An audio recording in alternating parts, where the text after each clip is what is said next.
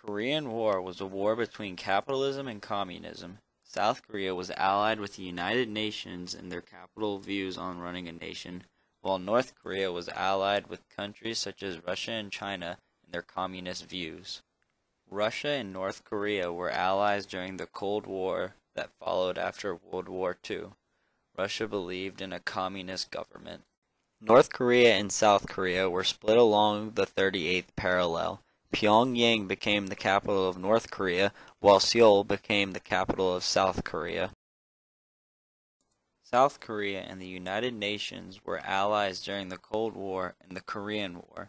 The United Nations believed a nation should be ran in a capitalist form. Russia and China were North Korea's main suppliers as far as weaponry and military assistance went. China ended up assisting North Korea with troops towards the middle and end of the war. Segments of the United Nations, such as the USA, provided a lot of support for South Korea. They provided them with weapons and military from the start of the war.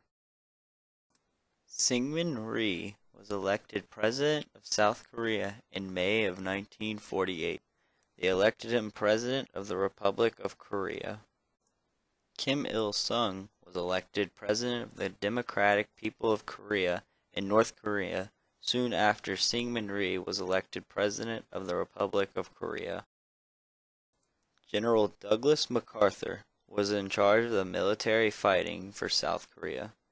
It was known as the Korean People's Army. He had seen war before and was known to be a very smart tactician.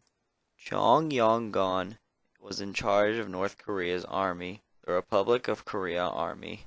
He was also known for being very smart when it came to battle planning. The Korean War began in Ongjin in 1949. Many skirmishes between the South and North occurred. The actual battle started on June 25th, but no side knows for sure which side shot first. This was where the North was able to push through a hole into South Korea to begin their invasion. Due to miscommunication, the ROKA forces were pushed out of Ongjin, leaving American troops fighting alone in Ongjin.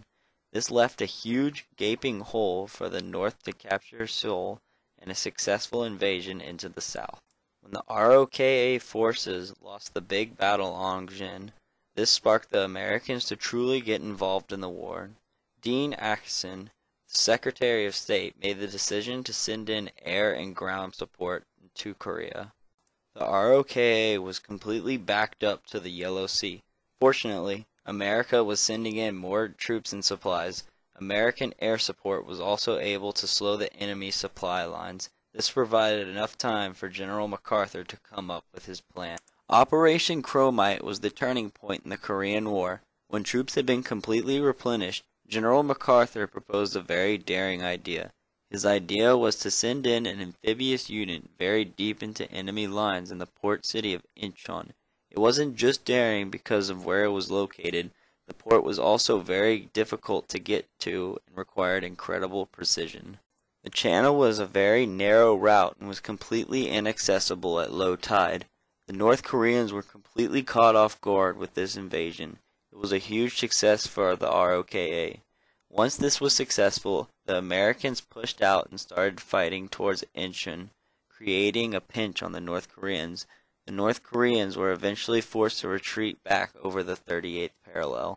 The KPA found themselves on the defense and the ROKA on the offense. Air support played a crucial part in winning battles.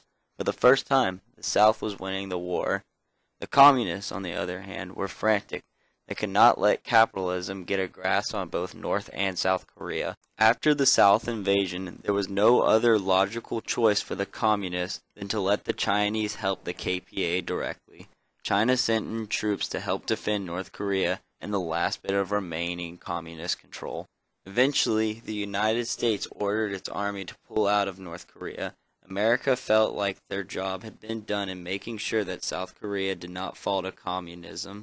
General MacArthur did not appreciate this. He wanted to move troops back into North Korea and finish the war. The president was against this, so they replaced General MacArthur with General Matthew Ridgway. General Van Fleet was the last general in charge of the Korean War for the American side. He became general in April of 1951 when General Matthew Ridgway stepped down.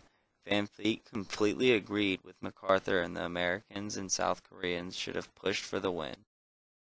At the end of the Korean War, there were definitely more cons than pros. Neither side really gained anything. What was lost on both sides were precious money and resources.